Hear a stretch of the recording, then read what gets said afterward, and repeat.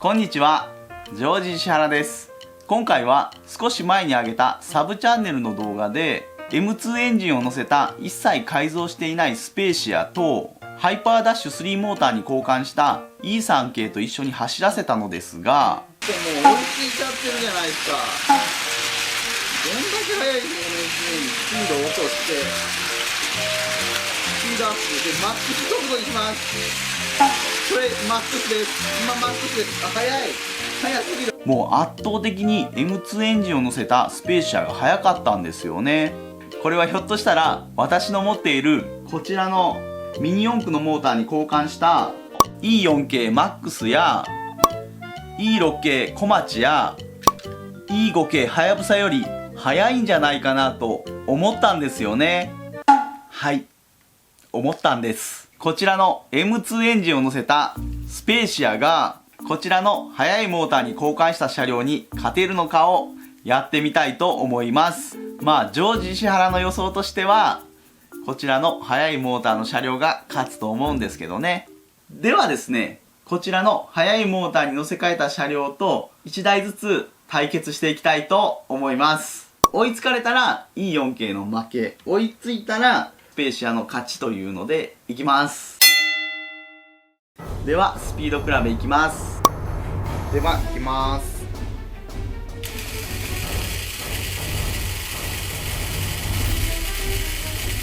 はい、はい、一応こちら一番速い3番にしています。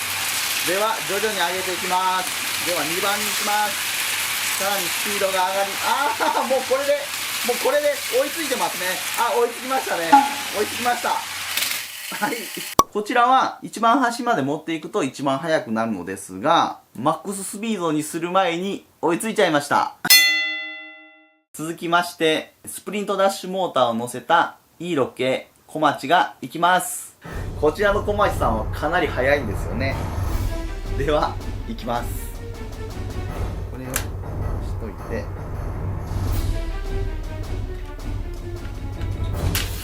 うおー、すごいっす。もう音がすごいっす。ではいきます。はい、ではスピードを上げていきます。ちょっとあれ2番に行きます。もう速い。もう速い。これもまだマックススピードには持っていってないんですけど、もう追いついちゃいましたね。こんなに違うんですか？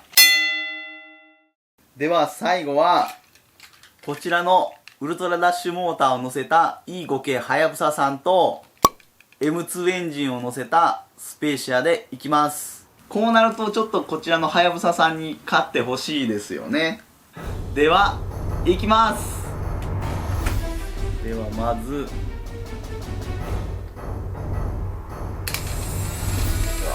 これも速そうな音ですね。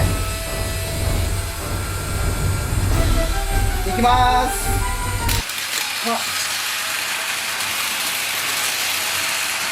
ではスピードを上げていきます。はい、スピードを上げました。マックス速度いきます。追いついてる。追いついた。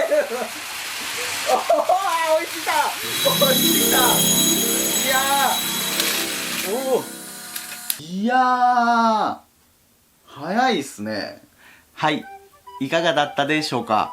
なんか意外でしたね。いい勝負するかなと思ったんですが、さすがにこちらには勝てないかなと思ったんですけど、結構余裕で勝っちゃいましたね。